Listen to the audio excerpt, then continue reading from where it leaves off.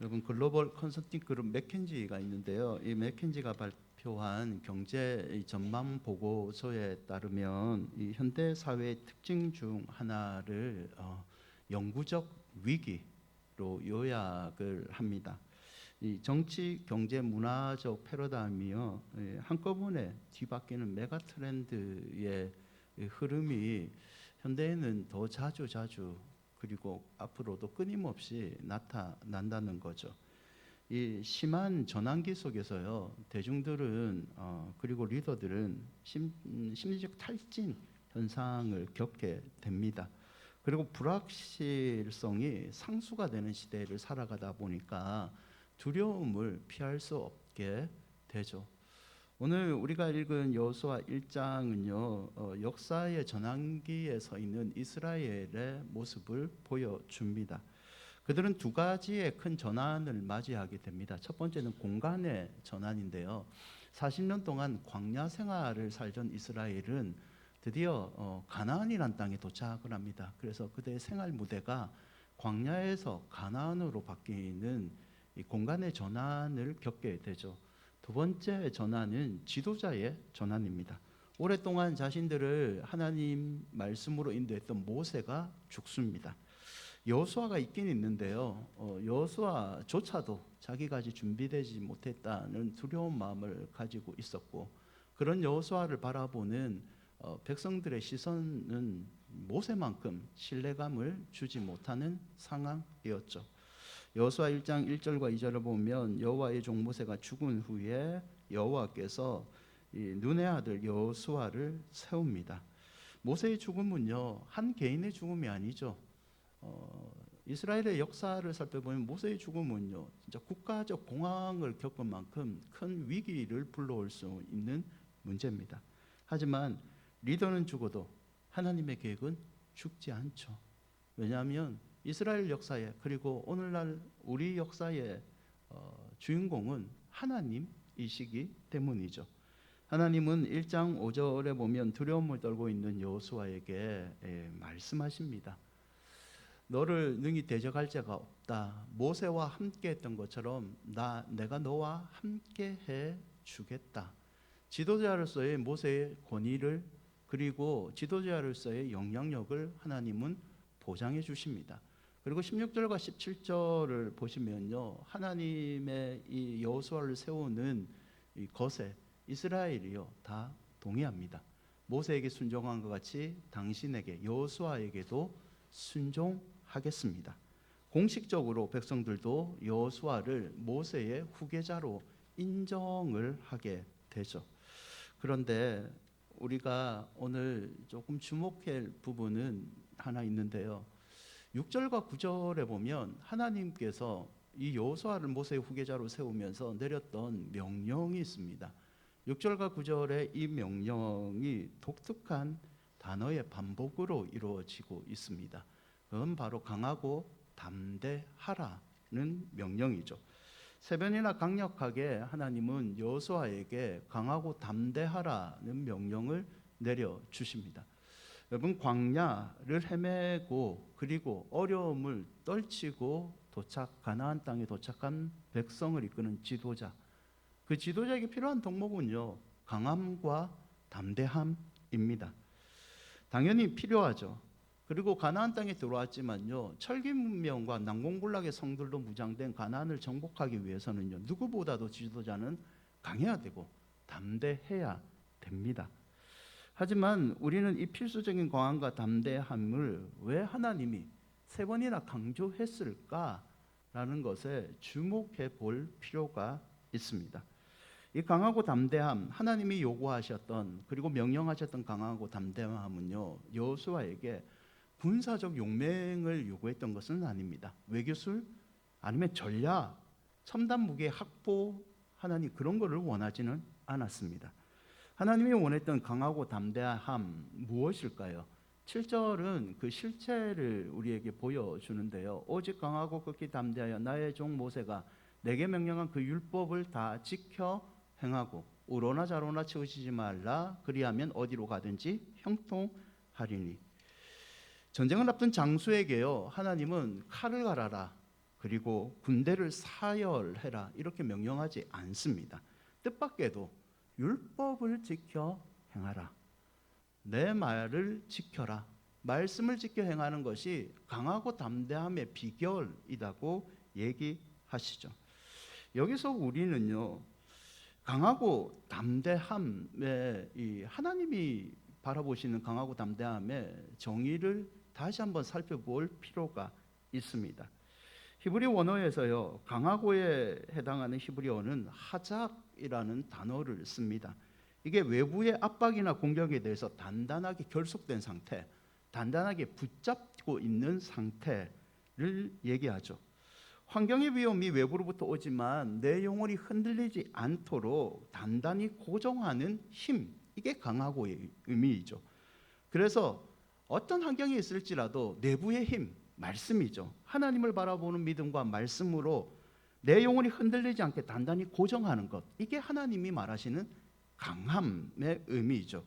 담대하라는요, 하마츠라는 히브리어를 쓰는데요, 이건 내부로부터 솟아나는 용기, 무릎에 힘을 딱 주고 버티는 힘이라는 뜻을 갖고 있습니다. 내부의 두려움 때문에 스스로 무너지지 않도록 말씀을 붙잡고 기도함으로 견고함을 가지는 것, 이게 성경에서 말하는 담대함의 의미이죠. 따라서 하작과 하마츠, 강하고 담대하라는 것은요, 외풍에 흔들리지 않는 담대함, 그리고 내면의 두려움을 이겨내는 용기, 이 두 개를 결합한 겁니다. 그런데 이 단단함과 용기는 어디서 오느냐? 1장 8절을 보면 인간의 의지가 아니라 율법책, 하나님 말씀에서 온다는 것을 하나님은 새로운 지도자를 선 여호수아에게 가르쳐주고 있는 거죠. 9절은요, 더 세기를 받는데요, 내가 내게 명령한 것이 아니냐? 강하고 담대하라. 두려워하지 말며 놀라지 말라. 내가 어디로 가든지 내 하나님 여호와가 너와 함께 하느니라. 어디로 가든지 무슨 일이 있든지 너는 강하고 담대할 수 있다. 이유가 뭐냐? 하나님을 향한 믿음, 그리고 말씀을 붙잡는 그 믿음만 있으면 너는 어디로 가든지 강하고 담대할 수 있다라고 말씀하시죠. 로이드 존스 목사님은요, 이 부분에 관해서 해석할 때 이런 말을 한 적이 있는데요, 환경을 보며 두려워하는 것은 하나님이 누구이신지 잊었기 때문이다. 신앙의 핵심은 어떤 상황에서도 상황보다 크신 하나님을 바라보는 응시의 능력이다. 우리가 살면서 두렵고 이 담대함을 잃어버린 나약함을 가지는 이유는 다들 환경 탓을 하는데, 따지고 보면 환경의 문제가 아니라 그 환경보다 크신 하나님을 향한 믿음이 흔들렸기 때문이라는 거죠. 신앙의 핵심은 상황보다 크신 하나님만 바라보는 믿음, 그리고 그분의 말씀만 붙잡는 믿음이 신앙의 핵심이고, 이런 신앙을 가지면 어떤 상황이 있든지 우리는 여호수아처럼 강하고 담대할 수 있다는 겁니다. 시편 1편 1절과 3절을 보면요, 우리가 잘 아는 그리고 좋아하는 복 있는 사람에 관해서 나오죠. 이 복 있는 사람에 관해서 시인이 얘기했대요. 복 있는 사람이 될 수 있는 비결을 여호와의 율법, 말씀을 즐거워하고 율법을 주야로 묵상하는 것이다 라고 정의를 합니다. 상황이 어땠든지 말씀을 붙잡고 말씀에 목숨 건 인생은 철을 따라 열매를 맺고 잎사귀가 마르지 않는, 인생의 가뭄에 메마르지 않는, 결국에는 이겨내는 역전의 은혜를 경험한다는 거죠. 사랑하는 여러분, 성경이 말하는 강함은요, 적을 압도하는 파괴함에 있지 않습니다. 성경이 말하는 강함은 하나님 말씀에 내 자신을 일치시키는 영적인 정열을 의미합니다. C.S. 루이스의 말인데요, 인간이 가장 강해지는 순간은 자신의 힘을 극대화할 때가 아니라 전능하신 분 권위 아래 온전히 복종할 때이다. 사랑하는 여러분, 하나님을 인해서 강해지시기를 축원드립니다. 우리의 믿음은요, 하나님이 주신 것이고, 그 믿음이 극대화되는 방법은요, 하나님께 내 시선을 다시 맞출 때라는 것을 잊지 마시기를 바랍니다. 7절인데요, 강하고 담대하라고 한 다음에 하나님은 여호수아에게 율법을 행하되 지켜 행하되 우로나 좌우나 치우치지 말라라고 말씀하시죠. 우러나 좌우라 치우치지 말라. 세상 이익을 쫓아 세상 흐름에 흔들리지 마라. 말씀이 변하지 않듯이 말씀을 붙잡는 너의 믿음의 태도도 변해서는 안 된다는 의미이죠. 시편 1편을 다시 비교해서 보시면요, 시편 1편의 시인도 얘기하기를 이런 말을 합니다. 악인이라는 것은 바람에 나는 겨와 같다라는 표현을 씁니다. 바람에 나는 것은 뿌리가 없다는 거죠. 결국 악인이라는 것은 하나님 말씀을 붙잡지 않고 자신의 이익을, 세상의 흐름을 따르다 보니까 흔들리는 겨와 같은 인생이 됨을 얘기하죠. 그런데 시편 1편에서요, 시인은요, 이 복 있는 사람의 반대 개념으로 악인을 얘기합니다. 상식적으로 복 있는 사람의 반대말은요, 복 없는 사람입니다. 하지만 시인은 독특하게 복 있는 사람의 반대말은 악인이다 라고 얘기를 해요. 이유가 뭡니까? 복이라는 것은 하나님이 주시는 것이고 하나님 말씀을 붙잡는 게 복이라는 정의를 담고 있기 때문이죠. 반대로 하나님을 가까이 하지 않고 하나님 말씀에 위배되는 것대로 사는 것은 어떻게 보면 악인과 같은 모습이라고 경고하고 있는 거죠. 6절에 보시면요, 하나님 말씀을 끝까지 붙잡는 의인의 길은 여호와께서 인정해 주십니다. 여호와께서 인정해 주시기 때문에 어디에 가든지 하나님께서 붙잡아 주시죠. 여호수아의 표현대에 의하면 하나님께서 강함과 담대함을 주셔서 좌로나 우로나 흔들리지 않는 믿음, 항상 하나님 편에 주신 선은 믿음을 주신다는 의미이죠. 사랑하는 여러분, 신앙생활하면서요, 우리가 진짜 경계해야 될 것 중에 하나가요, 믿음이 더 깊다, 자부하는 사람들이 더 경계해야 되는 것은요, 적당입니다. 적당히 타협하는 것, 애매한 믿음의 태도를 취하는 것. 이게 어떻게 보면요, 믿음 없는 것보다 더 무서울 수가 있습니다. 시간이 지날수록요, 우리는 하나님의 말씀을 변치 않는데 우리가 타협하는 경향이 있죠. 이렇게 신앙생활하는 것은 세상 사람들 보기에 너무 과격한 것 아니야. 과격할 수 있죠. 하지만 하나님의 말씀이 때로는 과격하게 보일지라도 타협 없이 지켜야 될 때가 있습니다. 그게 우리의 믿음의 원리일 수 있는 거죠. 여호수아는요, 이 영적 원리를 지금 하나님께 배우고 있는 겁니다. 군사적 데이터나 인간적 지략을 의지하지 않고 하나님 말씀으로 승부수 띄우는 것, 그게 지도자로서 내가 이스라엘을 하나님 곁으로 인도하는 유일한 방법임을 마음속으로 다짐하고 있는 거죠.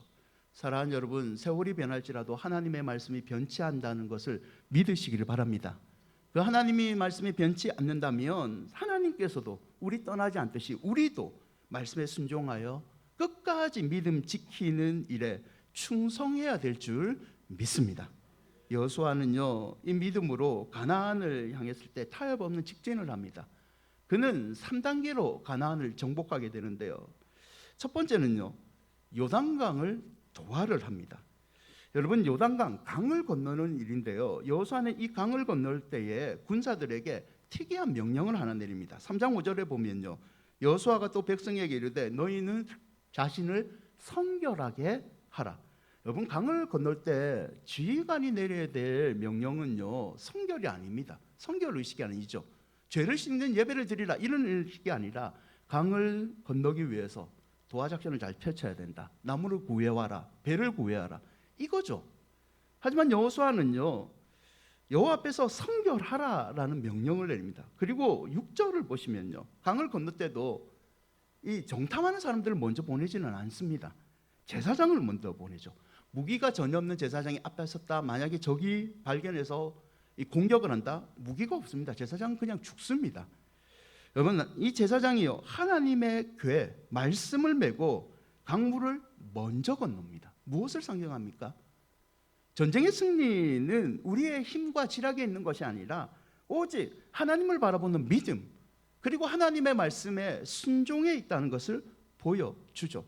때로는 이해할 수 없지만 하나님께서 말씀을 붙잡고 강을 건너라 했기 때문에 그 하나님의 말씀에 응답하는 믿음을 지금 여호수아는 보여주고 있는 겁니다. 17절인데요, 3장 17절에 보면 말씀에 순종했을 때 모든 백성이 요단을 건너기 마칠 때까지 이스라엘은요 마른 땅을 건너갑니다. 발을 담글 때 강물이 멈추는 기적을 경험하게 되죠. 두 번째 단계는요 길갈에서 그들은 할례를 행합니다. 요단강을 직진한 후에 여리고 성 앞에 길갈에 멈춰 서죠. 바로 앞에요 여리고 성이 있습니다. 이 견고한 성이 버티고 있고요, 이 군사력도 셉니다. 지금 이스라엘이요 그 견고한 여리고 앞에 이렇게 진을 치고 있습니다. 그러면 뭘 해야 됩니까? 무기를 다든지 군대를 다 정비해야 됩니다. 그리고 기습 공격에 대비해야 됩니다. 하지만요 여호수아는 이때에도 이해할 수 없는 명령을 내립니다. 그게 5장 2절과 3절인데요. 여호수아가 하나님께 들은 말씀을 그대로 행합니다. 이스라엘 백성들에게 무엇을 행합니까? 할례를 행하라. 여러분 할례는요 군사의 주력인 남자들을 무력하게 하는 행동입니다. 오늘날의 포경 수술이죠. 이 무력한 군사들을 집단 학살 당하게 할 수 있는 지휘관으로서는요 최악의 전술 행위를 지금 명령하고 있는 겁니다. 여러분 왜 여호수아가 이런 무모한 명령을 내렸을까요? 요단강 도하와 같은 원리입니다. 우리의 승리는 우리의 군사력에 있는 것이 아니라 하나님께 있다. 하나님께서 할례를 행하라고 명하셨기 때문에 우리는 그 말씀을 타협하지 않고 받아들이겠다, 순종해 있는 거죠. 그리고 그 결과가 그들은 아무 공격도 받지 않습니다. 그리고 여리고 성의 3단계에 진입하게 되죠. 난공불락의 성을 두고요 이스라엘은 여러분이 알다시피 칼을 한 번도 휘는 적이 없습니다.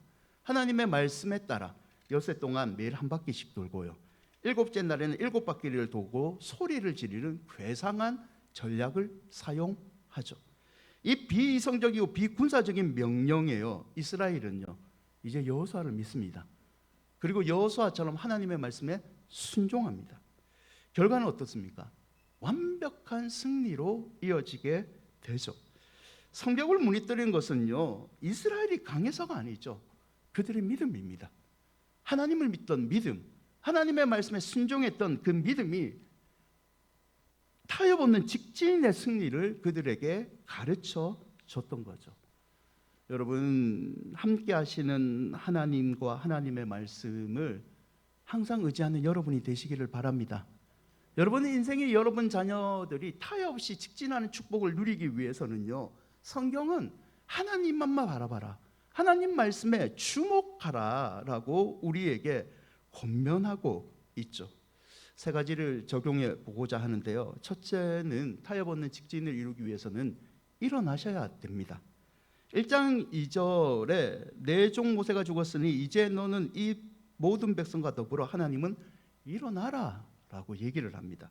두려움에 더 이상 주저앉지 말고 기도만 하지 말고 나를 믿는다면 일어나라, 일어나라 라고 명령하시죠.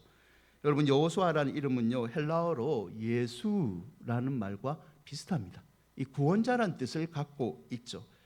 네가 하나님의 나라를 이루기 위해서는 그 사명을 감당하고 비전을 받고자 하지만 말고 이제는 하나님을 믿고 삶의 현장에서 하나님의 나라를 실현하라는 뜻이죠. 모세는 죽었죠. 하지만 하나님께서 여호수아를 통해서 가나안 정복이라는 비전을 이루어 가십니다. 그 비전에 맞게 여호수아야 너는 일어나라, 부름에 응답하라 라는 뜻이죠. 사랑하는 여러분, 하나님은요 사람을 통해서 하나님 나라를 이루어 가십니다. 하지만 아무 사람이나 쓰지는 않으십니다. 준비된 사람, 하나님의 부르심에 아멘으로 응답하는 사람, 일어나는 사람을 사용하시죠. 이사야 60장 1절과 2절인데요 함께 읽어볼까요? 일어나라 빛을 발하라 이는 내 빛이 이르렀고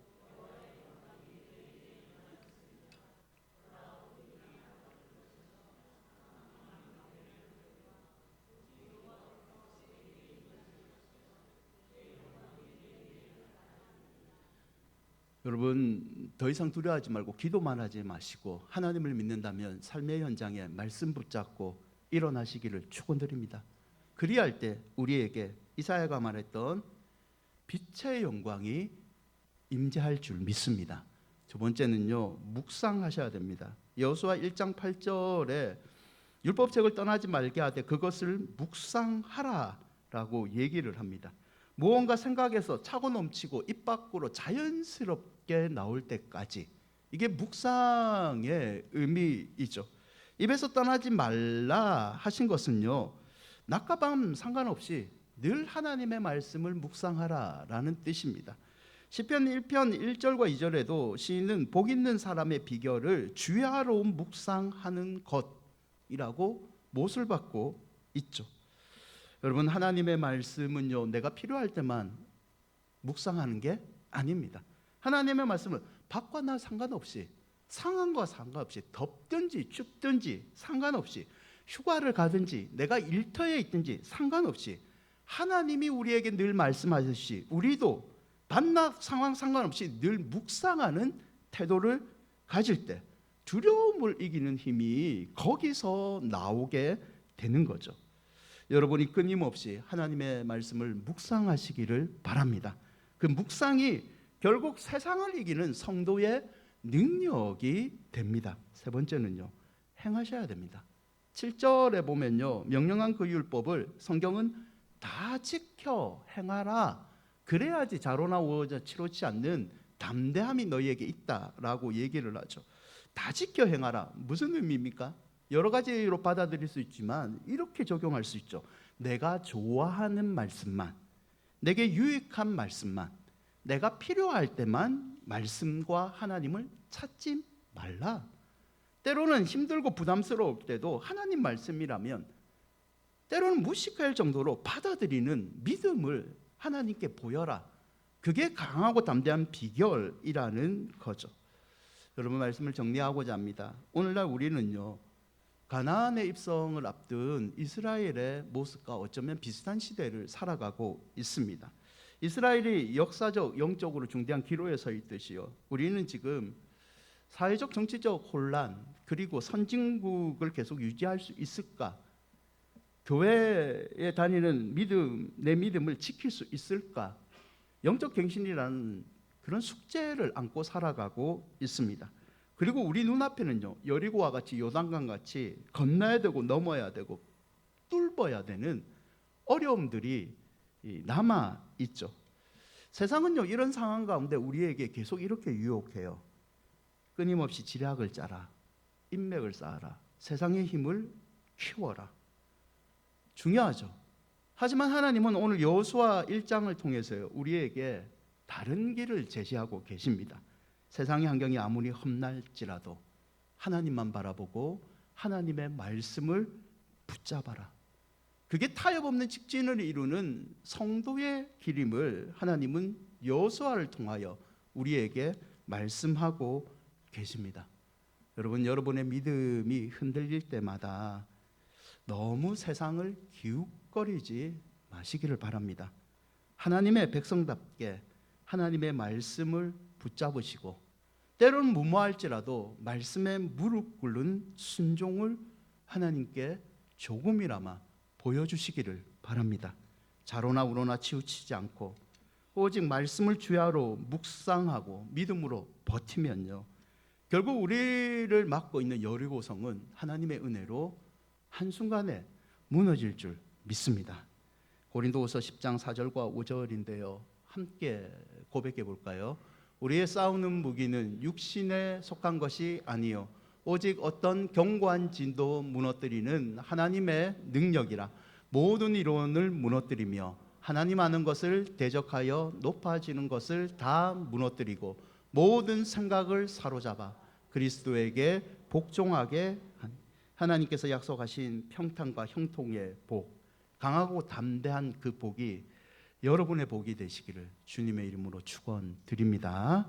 우리 말씀 기억하면서 찬양하시죠.